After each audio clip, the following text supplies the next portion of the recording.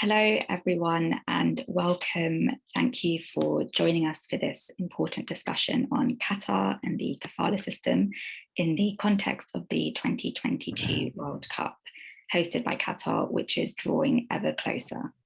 My name is Miriam Kamali. I'm the Advocacy Manager at Freedom United, the world's largest anti-modern slavery community, where over 97,000 of you around the world have been calling for an end to forced labor in Qatar. Ever since Qatar was awarded the World Cup hosting title, advocates had hoped that the accompanying global spotlight would have led to critical labour reforms. Instead, what we've seen over the past few years have been regular reports of migrant worker abuse, forced labour and deaths, which have continued to surface, though Qatar has taken some steps towards dismantling the abusive kafala system. As the 2022 World Cup draws nearer, taking place in November this year, the spotlight remains on Qatar's human rights record and the conditions that low-paid migrant workers are enduring to bring us one of the world's largest sporting events. Under the kafala sponsorship system, migrant workers are tied to their employers, a system that has been likened to slavery. Qatar has taken steps to dismantle the kafala system in the country by introducing a host of reforms, but are these changes really being felt by workers on the ground? Ahead of International Labour Day on Sunday, now is the time to reflect on the state of migrant workers' rights in Qatar, how the kafala system continues to impact workers in the country, and what still needs to change before the World Cup and after to ensure migrant workers are protected from forced labour and exploitation. I'm really excited to be joined by Malcolm Bidali, an activist and advocate on labour and migrant workers' rights, who has done really impressive work blogging and documenting the realities of being a migrant worker in Qatar. And Nick McGeehan, co-director of Fair Square Projects and leading expert on labour rights, who has conducted research into the state of migrant workers' rights in the Gulf and Qatar. Welcome both. Just some housekeeping before we get started. After hearing from Malcolm and Nick, we're going to open the floor to questions. So please drop any questions or comments in the chat box in Zoom throughout the event at any point. Nick does have to shoot off, but any questions for him, we'll make sure to get back to you on. And the same goes for those of you tuning in on Facebook Live. Please drop your questions in the Facebook chat box and we'll make sure to answer as many as we can. We're also live tweeting at Freedom United HQ, so if you're following along there, feel free to respond to our tweets with your questions and we'll make sure to get to them.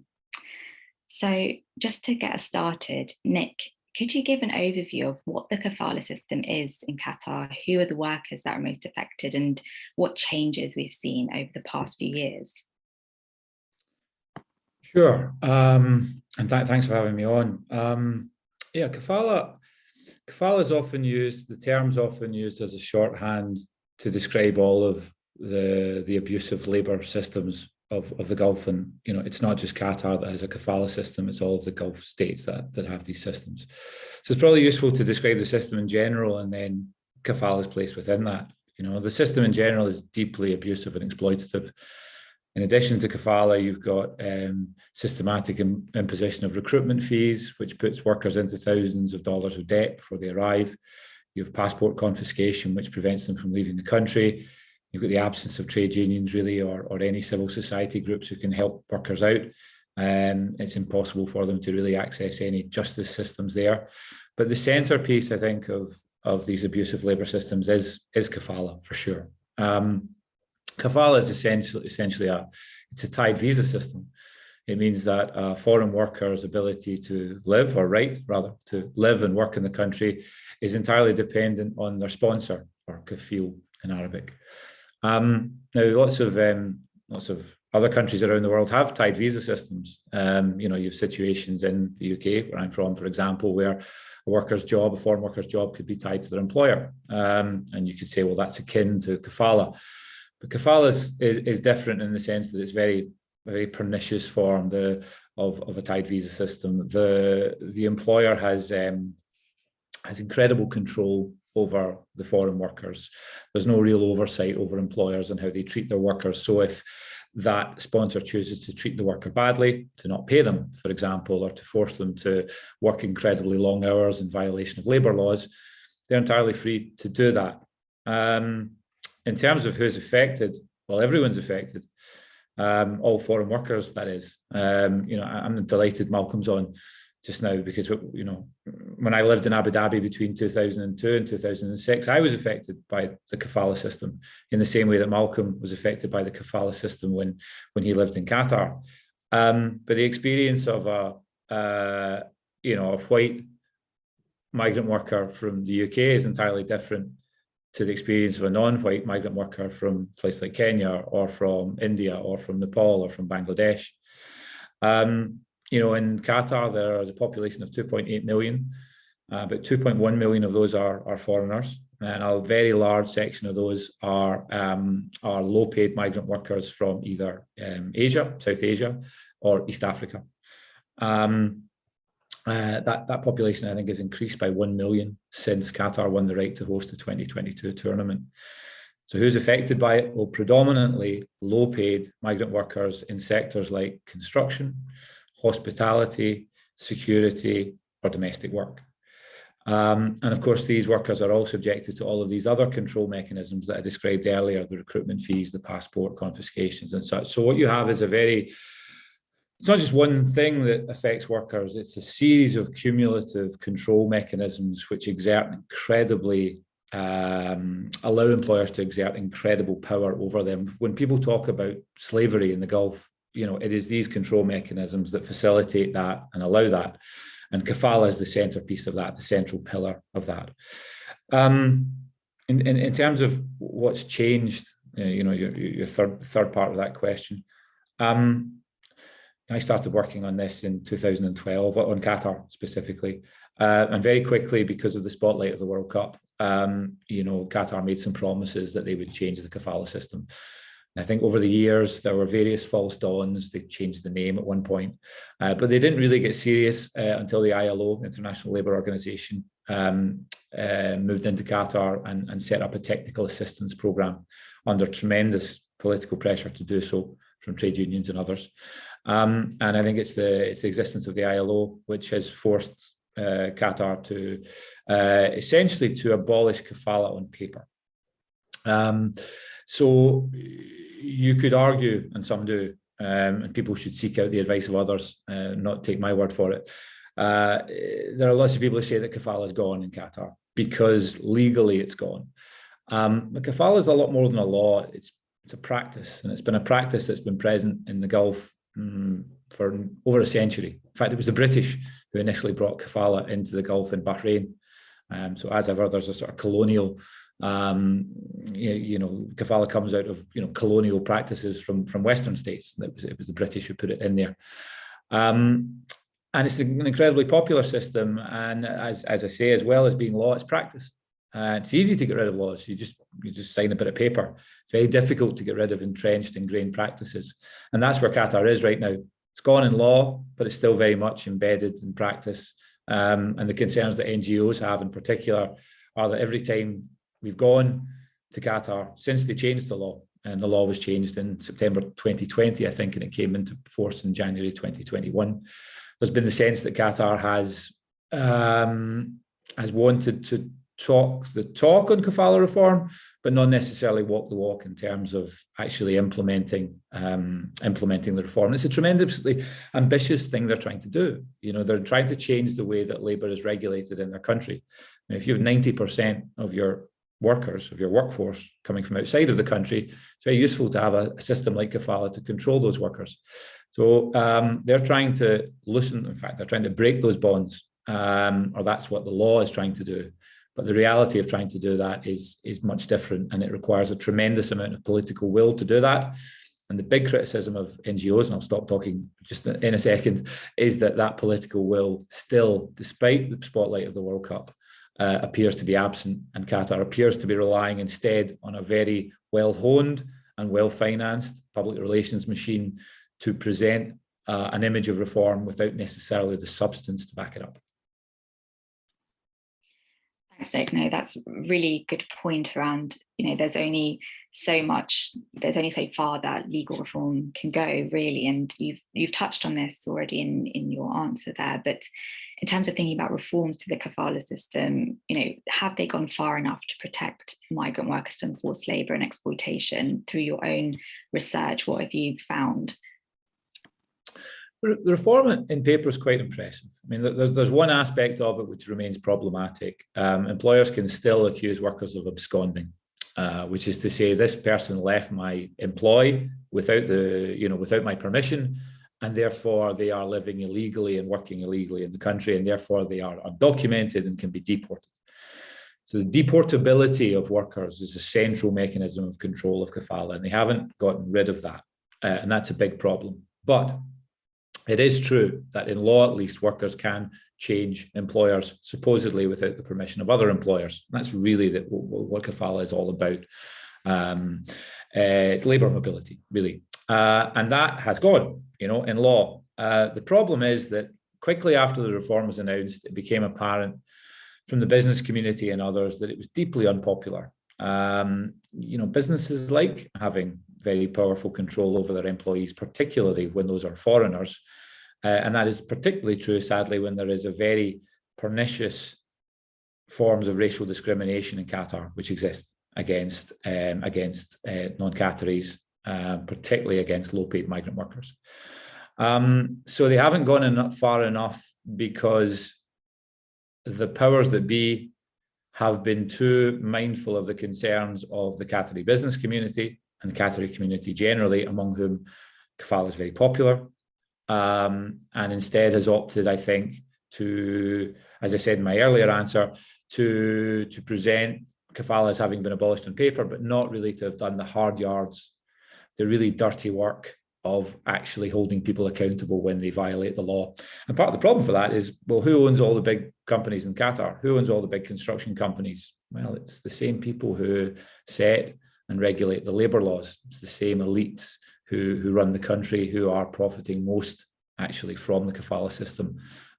So unfortunately, I think that's what's happening. And as I said, I would encourage people to go out and hear other views on this, because there are others who have more optimistic opinions of what's happened than I do. But yeah, my view remains unfortunately quite sceptical. Thanks, Nick. And within the context of the World Cup and this increased attention on the state of migrant workers' rights, particularly low-paid migrant workers in Qatar, when we think about FIFA and football associations, what responsibilities to ameliorate conditions lie with them?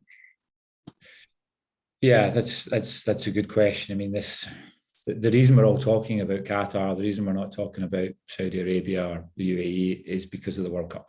I mean, that's Qatar complains about that a lot. We're singled out all the time. Why only us? And the simple answer is, well, if you're going to stick yourself under this tremendous spotlight and sort of sell brand Qatar to the world through the World Cup, then you have to accept that comes with certain consequences, and rights groups, like the ones I've worked for and do work for, are going to research that, and newspapers are going to write about you. So I don't have much sympathy for Qatar's claims in that regard. And that's the other thing it does, of course, is it brings in big actors like FIFA and also football associations. I think FIFA's, what responsibility do they have? A considerable one, I would say, a considerable one. As I said in my earlier answer, I think the population of Qatar has increased about 1 million since they won the right to host this in 2010. And a lot of that's to do with the World Cup. They didn't just need to build 8 new stadiums; they had to build a deep sea water port to allow goods to come into the country. They had to build a rail network. They had to vastly expand infrastructure generally. They had to build an entire new city, which needed a new sewage system, a new electrical system, and those 1 million workers they brought in all needed accommodation.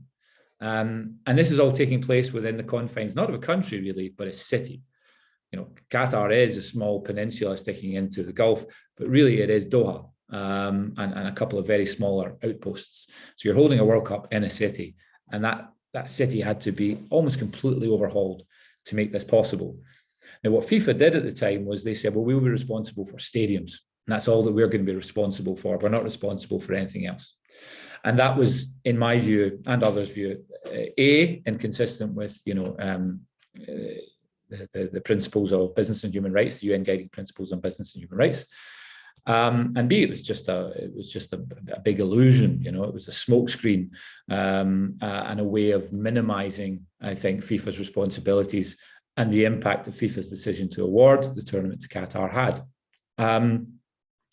So from the outset, I think FIFA has continually tried to say, well, it's nothing to do with us. We're not building the stadiums. And initially they tried to make that argument. I remember them making that argument to me and colleagues in Zurich back in, I think, 2013, this idea of it's nothing to do with us. What can we do? I think that position has shifted over the years. They've been convinced that they have human rights responsibilities. They put in place a human rights policy. They had an independent human rights board for a while, although I think that's since been disbanded. So FIFA is now at least talking the talk on human rights. Although every time any allegations of abuse come up, you tend to find that FIFA's public messaging on it tends to be very consistent with the messaging of the Qatari authorities, very defensive, trying to minimize what has happened, trying to downplay what has happened, or trying to claim that abuses that have been documented have nothing to do with them, have nothing to do with stadiums. That's not the case, of course, given the infrastructure changes that were required to make Qatar World Cup ready. So I think their influence is significant, their responsibilities are significant. I wonder to what extent we can actually expect them to move the needle forward on labour reform at this point. I'm not sure. I wonder if, with such little time to go between now and the tournament, it's going to be hard, I think, to get further structural labour reforms in place and to get FIFA to help to do that. But one area I think where FIFA could be influential, and this I think is where national football associations could also be tremendously helpful, is on the issue of remedy and reparation. People can debate about the labour reforms and how effective they've been, but what people cannot debate, what is documented fact in innumerable reports and newspaper articles, is the tremendous amount of harm that has been caused by this World Cup, either in terms of lost wages, human rights abuses, appalling living and working conditions, which Malcolm could speak to, because he was, at the sharp end of this, or death. How many migrant workers died because of this World Cup? People dispute the figures on that, but I think what is indisputable, and there's a very good Amnesty International report on this from last year, is that there have been thousands of unexplained deaths in Qatar. And those deaths, and that's from Qatari government data, I should add. And those deaths have occurred in a context where workers are exposed to extreme risks from heat, from humidity, from pollution. And the Qatari authorities have taken no steps throughout the years to truly mitigate those risks. Qatar has put in place a slightly better law on heat protection in that time. But generally speaking, I think the response to the risks to which migrant workers are exposed has been very poor. So I think this is a very long way of saying FIFA generally hasn't lived up to its responsibilities, has continued to try to deflect or deny its responsibilities. But with this short window of opportunity between now and November 21st, when things kick off, I think it would be very useful for people to really put the heat on FIFA rather, and talk about, remedy, reparation. This is a tremendously wealthy organization. They're going to put a tremendous amount of prize money into Qatar. They're going to profit hugely from this tournament. And they're going to profit off the backs of workers from the poorest countries in the world, some of whom lost a lot, and some of their families lost everything in terms of fathers, brothers, husbands, sons. So I think that's where the conversation should be moving as we head into the run up to the tournament. Thanks, Nick. And you make the point that up and from now until the tournament, there's a question of how much FIFA will realistically do. And I wonder, in terms of keeping up the pressure on FIFA and, as you say, keeping that conversation going on reparations and demanding that they meet their responsibilities and obligations. What is your perspective on boycotts? And, we've been seeing a lot about, people wanting to boycott the World Cup. Do you think that that is an effective mechanism? I think the boycott discussion is probably a bit late in the day for it. If we were really serious about a boycott and using discussions of boycotts, I think maybe that discussion had to take place a few years ago. I'm not anti-boycott the way some people are. I think that there can be value to saying, you're not going to go to something, you're not going to do something. But I think we have to approach the boycott discussion in terms of, is it going to be effective? That's what should shape a boycott discussion. And at this stage, I think I don't think it is going to be effective. This World Cup's taking place, and all those teams who have qualified are going to go there, and a lot of their supporters are going to go there. Often, I think a boycott discussion it can be unhelpful in terms of when you're trying to get. We talked earlier about what football associations can do. Yeah. Now, in a context where it'd be very useful for them to get on board a call for remedy, for example, it's very unhelpful to have a boycott angle in there, because that tends to dominate the discussion. And they say, well, we don't want to boycott. We don't think that will be helpful.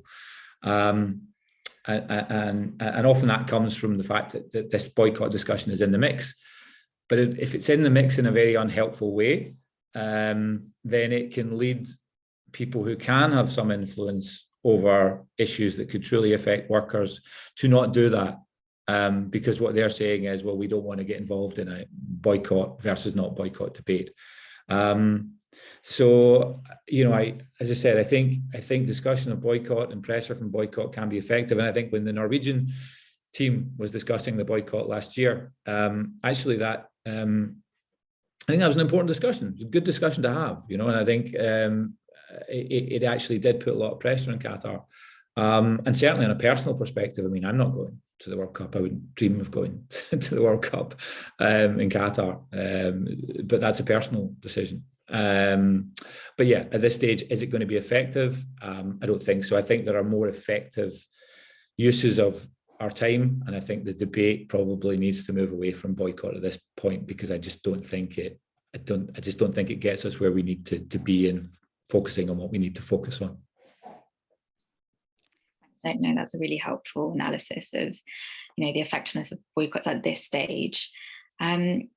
We do have a question from somebody tuning in, from Sarah. What about the role of international brands operating businesses in Qatar in responding to international human rights pressures? For example, hotels, private security companies, construction, etc. Yeah, it's a good question, and again, it's not just Qatar. This is a Gulf problem. Yeah, I think the hospitality sector has come under a lot of scrutiny, for example, and a lot of pressure. There are all, think of a big brand globally, and you're more than likely to find that they're in the Gulf. And I don't think they've perhaps come under the pressure that they need to be to make their voices heard. The Gulf is a very lucrative place for companies generally. Most of them want to be there because there's a lot of money to be had there. And I think ultimately, perhaps we haven't made the arguments as strongly and as persuasively as we need to in terms of convincing them to add their voices for reform, which is a really unsatisfactory answer to a really good question, I think, I'm afraid. No, thanks for that, Nick. And I think it goes back to what you were saying earlier as well, around how far do these reforms go on paper? We're seeing reports just this month of security guards in Qatar being subjected to conditions of forced labor. And even though they knew that they were aware that their employees were breaking the law, they weren't empowered essentially to hold their employees accountable because, as you mentioned, of that risk of penalties, deportation. So that is clearly a barrier to, you know, people themselves who are working for these international companies to also, you know, have access to their rights and be able to just speak for themselves and also see the rights and changes that they need. We are going to move on to just one more question for you, Nick. I know that you might have to jump off soon, but this is from Clive. Do you think that the renewed reminder of the dependence of the world on LPG and LNG, of which Qatar supplies approximately 5% of the world's demand, will help to give Qatar a free pass on the topic of labour exploitation? I must admit, I'm not familiar with LPG and LNG, but perhaps Nick. Yeah, no, it's a really good question. Qatar produces a lot of liquefied natural gas. It's where most of its wealth comes from. And the Ukraine crisis has meant that Europe is increasingly dependent on Qatari oil. So it's a really good question, important one. Yeah, I mean, what I would say is I think certainly governments generally will use that as a defence for not not perhaps speaking out on issues that they could speak out on. I would say that governments generally haven't ever done that anyway. So I think to some extent, yeah, this secures Qatar's place geopolitically among governments. But the challenge here isn't to get governments to call Qatar out, because governments weren't going to do that anyway. I think the challenge here, and what football does, is it opens this up to another group of stakeholders. It opens up to the footballing community. And that community is actually very powerful when it acts collectively. So it's a really good question, and the geopolitical dimension of this can't be ignored.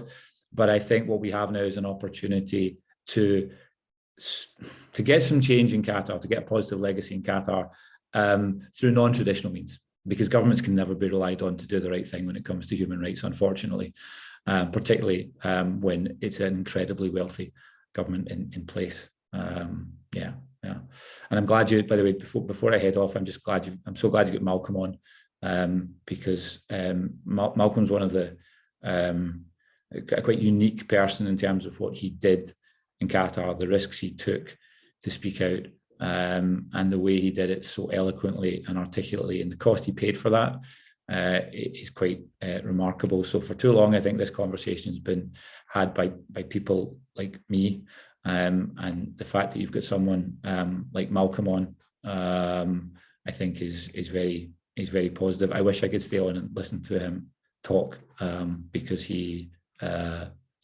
just talks so eloquently about the system. Thanks so much, Nick, and thank you so much for your time. It's been really enlightening having you on and just explaining some of the key issues that we're seeing in Qatar at the moment. Malcolm, it's fantastic to have you. As we mentioned, as a labour rights activist with experience of working in Qatar and being detained for your activism, what is your perspective on the reality for migrant workers in Qatar? And, again, coming back to this question of, are legal reforms really sufficient to improve conditions? Could you repeat that question, please? Of course. So, as a labour rights activist, from the work that you've done and your own experience of working in Qatar and being detained, what's your perspective on the reality for migrant workers in Qatar?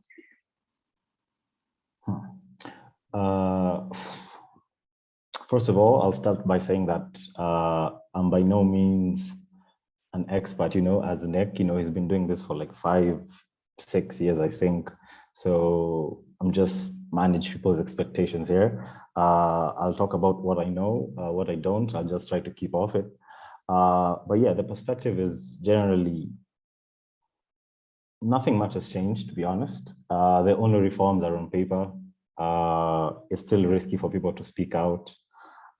It's a couple of months, I think, to the World Cup, and we still have multiple cases of violations, abuse, all these things, which makes you wonder, like, if the spotlight is on them and it's so close to the World Cup, like, what happens when it's all over, you understand? So the situation is, I think it's just like a temporary thing. And then once everything is over, once, the cameras are turned away, things will get, very worse. I know that's not the question you've asked, but I think that's what's going through my mind. But yeah, we have a very, like, it's a crazy imbalance between the employer and the employee. The employee definitely has limited or next to no rights at all. If you complain, you are liable to penalties, deportation, arrests, depending on what exactly it is you are talking about. Salary deductions, that's one of the common things they use. Penalties or arbitrary deductions, you know. So the outlook is bleak, I would say, but it's been kind of better, significantly better, thanks in part to the World Cup, you understand, which tells you a lot, you know. If it took the World Cup just to get these basic reforms, which are not even being followed up to now, what does that tell you about, you know, the powers that be, or the people who make this discussions, you understand? So if the World Cup wasn't taking place, if the civil society wasn't constantly churning out reports and shining a light on all these things, where would the situation, you know, how would the situation be like, understand? So, I don't know. That's not a very easy question to answer, because like there's both sides. There's both a good side, there's both a bad side, but for the most part, things are not looking good at all from my perspective and from what I'm hearing from other people. Yeah. I hope I've answered that question. Yes, you've answered it wonderfully.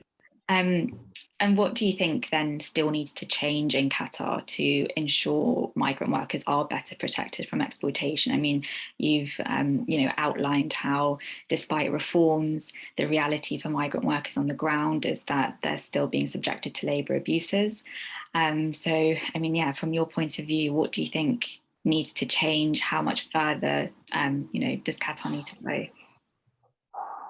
Yeah, so interestingly enough, if you read Qatar's labor law, and if you read, for example, the Qatar Foundation's standards, you know, the worker welfare standards, you'll actually find that according to the Qatar labor law, workers are supposed to be treated with dignity and decency, and they're supposed to have like very good living conditions and all that.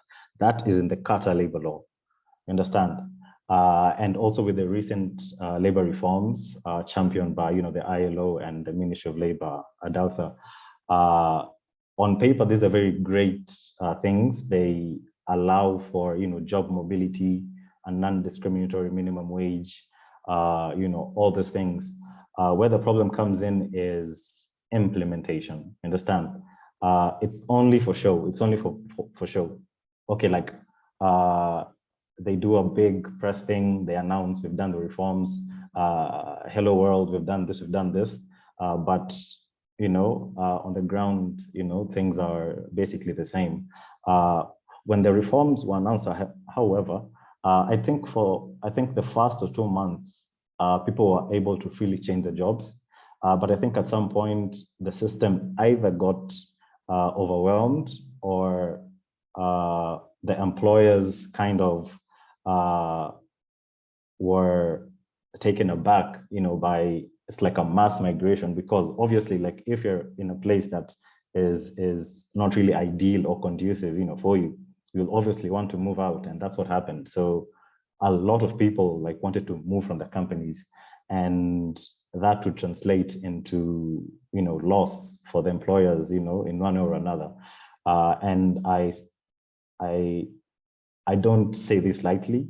Sometimes, not sometimes, for the most part, migrant workers, I refer to myself as a migrant worker. You know, we are seen as property, you know, assets, you understand, not people. And when these labor reforms were passed, and people, you know, were given the choice, the freedom to change jobs and to have this and this and this, it wasn't beneficial to the employers, you understand? So I know I've gone off topic a bit, so just let me go back. So you said what needs to be done, implementation, definitely. But the problem is, and just like Nick said, and it's something I've also shared on a couple of other discussions, you might find that Qatar is like a small country, like literally and both figuratively. You might find like it's a whole family business thing, understand? So everything is interconnected. You might find that you work in a company, the owner of that company maybe is related to a high official in the Ministry of Labor. So for example, you go to report that company, they check their records, who owns this company? Oh, that's my cousin, so no justice can really be done and all that. And workers are also discouraged, both directly and indirectly, from reporting any violations and all that. But like I said, if you read the Qatar labor law, like it allows for these things. So I think the biggest issue is implementation. And the chances of that happening are, because when the labor reforms were announced, just a couple of months after, I think the Shura Council wanted to repeal some of those reforms, and it was shocking, to be honest, and it was very terrible and horrible of them to even think of that. So yeah, implementation. I think that's how we can sum it up. I could go on and on and on and on, but implementation, yeah. Yeah, absolutely. And the point that you raised, and also Nick raised, around the kafala system being so much more than just this legal system or a set of legal reforms. It's very much a practice. And your point around low-paid migrant workers, and in your own experience of not being viewed as workers or as people, but as property, that is clearly something that is probably very ingrained, and it will take a lot more than just legal reforms to see that really massive shift that we need to see in order for migrant workers to have access to their human and labour rights. I mean, in terms of what civil society can do, you've done incredible work raising awareness, blogging, your activism work. It's super inspiring. How do you think people around the world, civil society, can support the kind of work that you and other activists are doing and keep up the pressure, as you say, once the World Cup is over? Good question. I'm still trying to figure that out, to be honest. But I think one of the things I've come to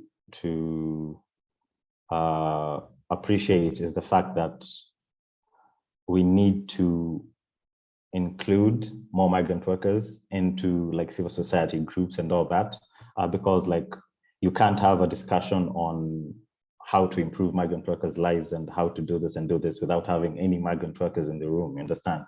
So the first thing is to include migrant workers. Where possible, we can kind of just train them, give them some basic understanding of their rights, and kind of just transition, like not all of them, ideally, I would like all of them, but that's, a long shot. So another thing, it's risky, but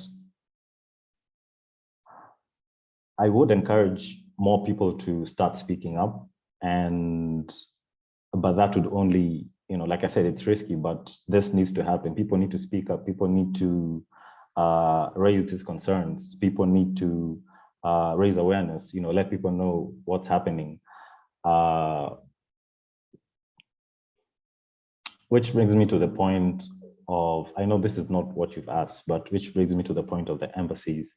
I have no idea what the embassies' work is in these countries. They are certainly aware of all the injustices that happen, but for one reason or another, they choose to let it slide, or they are complacent and complicit, but that's a story for another day. My mind is kind of working overtime here. So like, back to your question, how can civil society support, all this? I haven't quite figured that one yet. I'll just be honest with you. I'm still figuring that one yet. Yeah. Yeah, I know that's not the answer you're expecting, but I'm a transparent person, so just I haven't quite figured out that yet. But we could definitely use more like mentorship kind of training, inclusion, in these discussions. The more someone is exposed to this kind of thing, the more they're likely to be involved in advocating for human rights.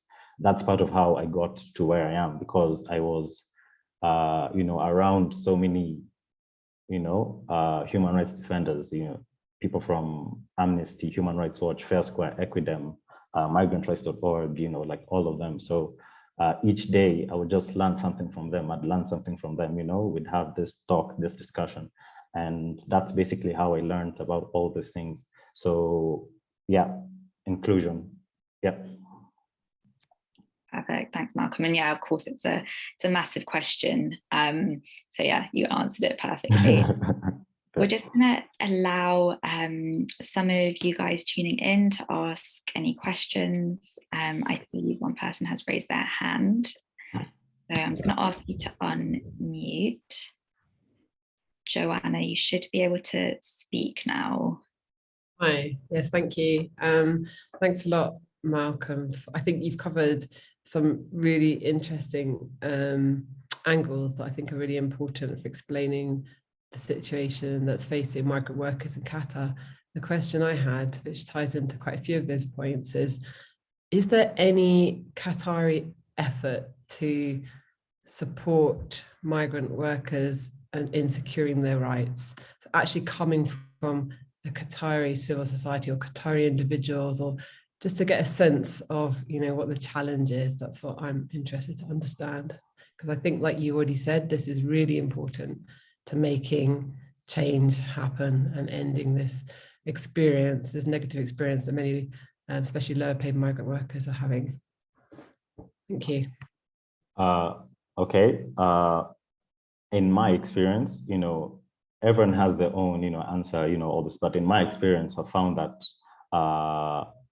Qatari citizens, especially the young ones, are actually more supportive of trying to change or trying to hold people accountable for these injustices. We obviously have the Qatar National Human Rights Council and all these things, but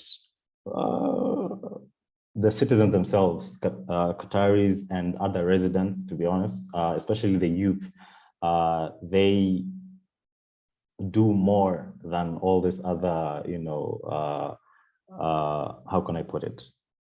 Corporate legitimate entities, understand? So one way of doing that is through social media. So you find Twitter and Instagram are very useful tools. And just a fair warning, I know you've asked one question, but I'm answering another question, which is related to the question that you've asked. So for example, I noticed this in around 2020, I think. One Qatari took a photo of a security guard who was just taking shelter under a tree, no protection from the heat whatsoever. And it's like the peak of summer, you have the heat and then you also have the humidity. Having heat is one thing, having heat plus humidity in summer, that's a whole other thing. And that photo was put on Twitter, or was it Instagram, one of the two, and it went viral, and it actually forced the companies to make changes.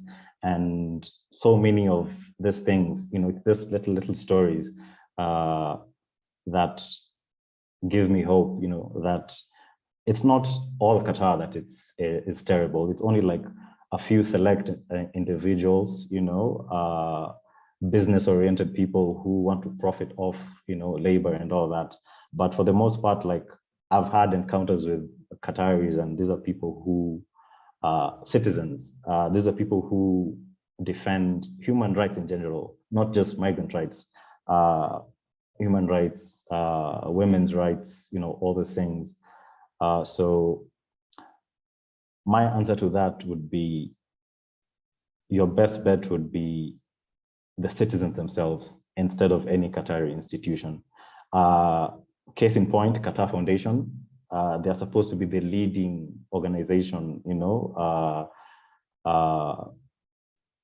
that's a long story. I don't even want to get into that. Yeah, but your best bet is Qatari citizens. Forget about the institutions. Yeah. Thank you, Malcolm. That's really helpful to know. We have another question from Clive. Clive, I'm just going to allow you to talk. If you'd like to ask your question. Yeah, can you hear me? Yeah, I can hear you. Yeah, I can hear you. Greetings. Do we have any insights or additional details on the condition of female migrant workers in Qatar? Are they also subjected to similar degree of exploitation? In the context of FIFA 2022, we think a lot about male on male, but what is the condition of migrant workers, female migrant workers in Qatar? Do we have any? Can you give us any insights, please? I can try to answer that. I don't have enough information to answer that, but from what I've seen and from what I've experienced, I can just try to cover just a bit. We have like different categories. You have like female security guards, cleaners, waitresses, people in the hospitality industry, all that. I think they face better conditions than domestic workers. Domestic workers really have it rough. Like they have it like the worst, you understand? So from confiscation of the passports, mistreatment in the homes of the employers, overworking, no off days, sometimes non-payment, all that. For the other side, like female security guards or cleaners or all that, I think it's much better for them, I would say, quote unquote. Like, for example, this might not apply to every company, but for the two companies that I've worked for, female migrant workers actually were earning more than the males just for doing the same job. So, and they had better living accommodations, and they weren't subjected to harsh working conditions like the guys. For example, I find that the guys maybe are working outside under the sun, all that. The females are, the ladies are, in the buildings and all that. Like I said, I'm not the best person to answer this question, but from what I've seen, aside from domestic workers who work like in the houses of the employers, others in other sectors, I think have better, quote unquote, conditions. Like I said, to reiterate again, like I'm not the best person to answer this, but from what I've seen, yeah, that's what I can say. Yeah.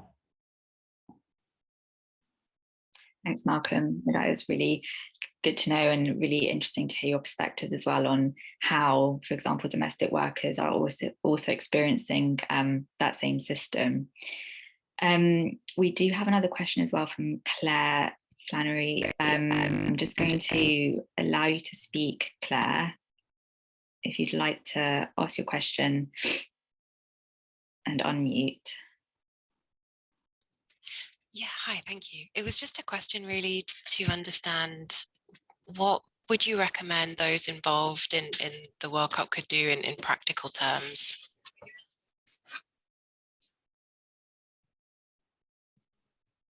So just to clarify, Claire, is this around sort of just global community or more organizations? Yeah, and I think I posted the question while Nick was speaking, so sorry if it's come a little out of sequence here. But yeah, it was just to sort of understand that, the different sort of actors and stakeholders involved in the World Cup, if there were any sort of tangible, practical steps that you'd recommend given how close things are now. Could you repeat that question, please? I think my connection kind of cut off for a while back there. Yeah, any practical steps that could be taken by organizations and companies involved in the World Cup, given the time that we have before the tournament starts?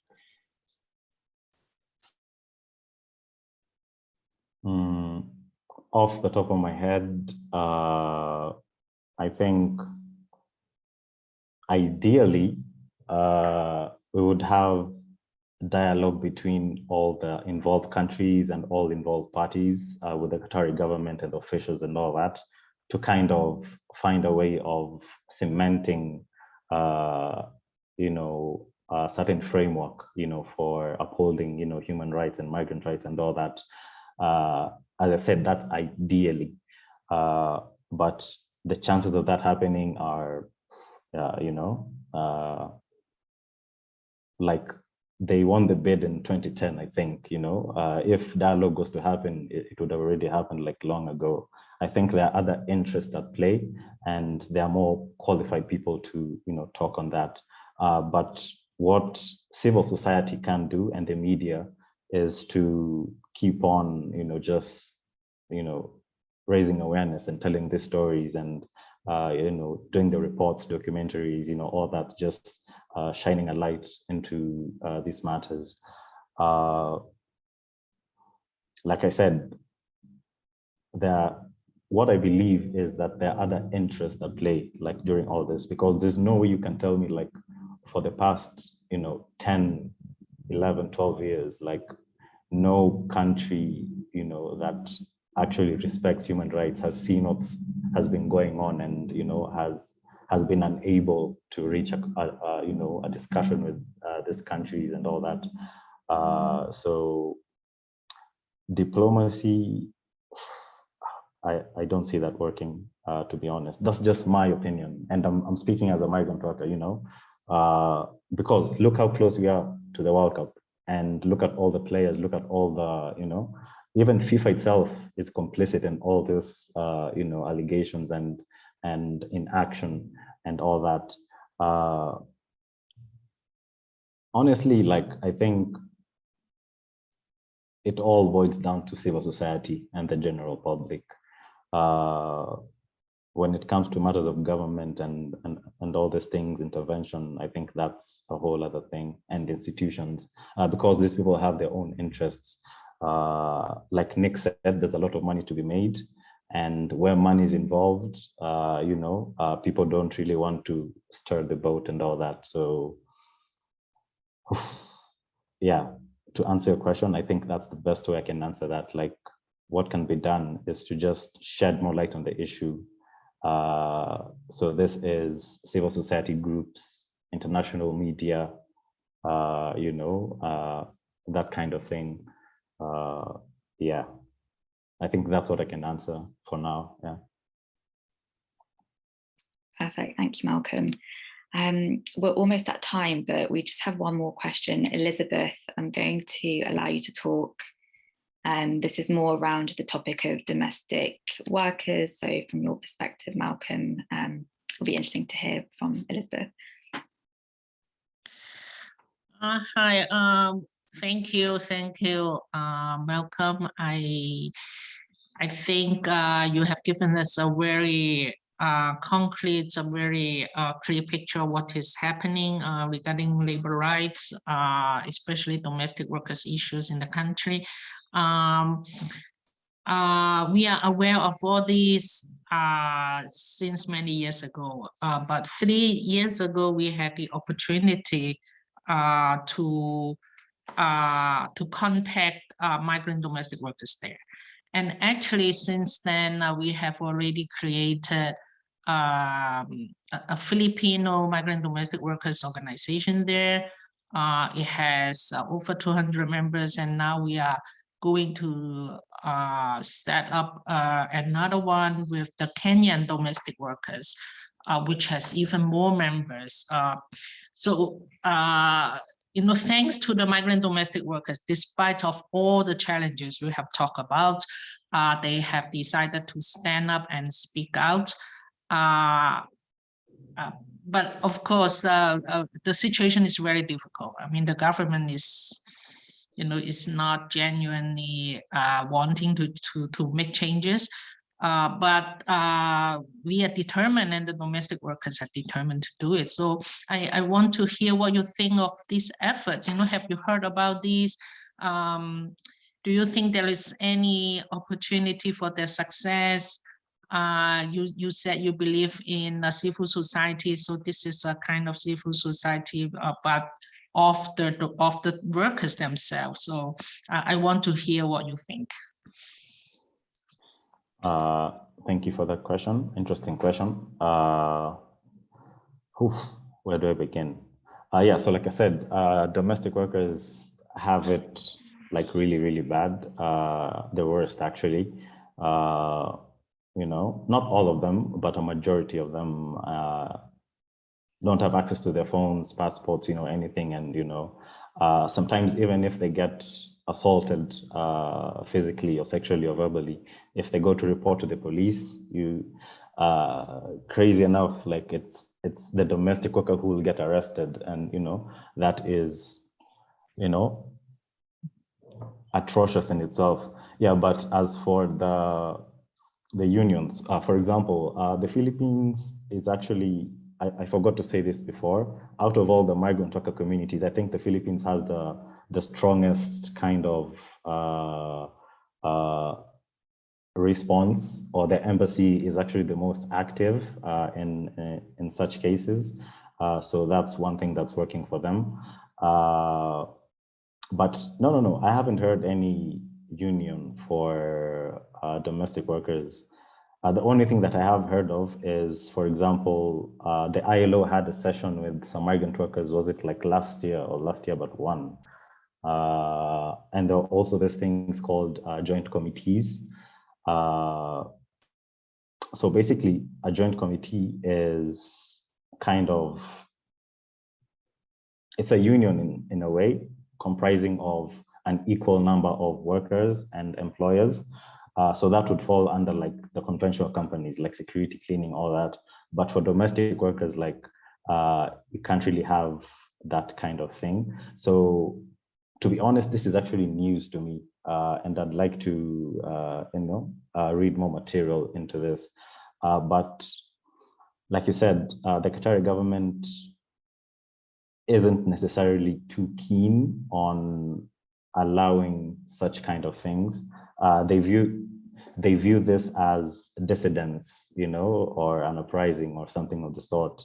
And if, as you say, like as Philippines, like you already have such a community, then that's a good thing. As for the Kenyan side, boy, I've said this before. I don't know if things have changed since I've left, but when I was back there, the Kenyan embassy, like my personal view is that the whole thing should be disbanded, like because no one there cares about the migrant workers. I know I'm heading off topic, and let me come back to your question. To do such a thing, you would need the support of the embassy, and for the Philippines, I think they have a better chance of doing that than other nationalities. But if it were possible, I would love to see something of the sort happening, because domestic workers need that protective framework because of, the multitude of things they go through. Yeah, I think that's all I have to say for now. I hope I've answered your question. My mind kind of just goes all over the place. Yeah. Thank you, Malcolm. No, that's really, I think you've covered that really eloquently. So thank you for that. And I hope, Elizabeth, if you have any, resources that you'd like to share, please do. And then, it would be great for us to look into that as well. I'm just taking a quick look just to see if there are any other questions. It looks like there aren't, but if you would like to send your questions for Nick or Malcolm, please do, and we'll make sure to get back to you.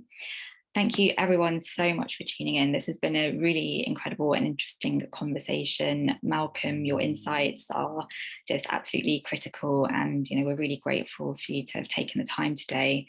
We're grateful for everyone's questions and participation. It's absolutely crucial, as Malcolm and Nick have covered, for us to keep this issue in the public eye and make sure that improving conditions for migrant workers in Qatar and elsewhere remains a priority well beyond the World Cup.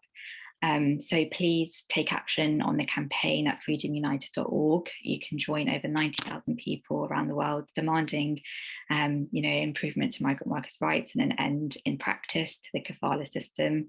Malcolm has done excellent work blogging about the issue, and you can find a lot of his work online. And we'll also be sharing some resources for all of you guys to take a look at tomorrow. So thank you, everyone. Have a great rest of your day, and we hope to see you soon. Thank you, Malcolm. Welcome.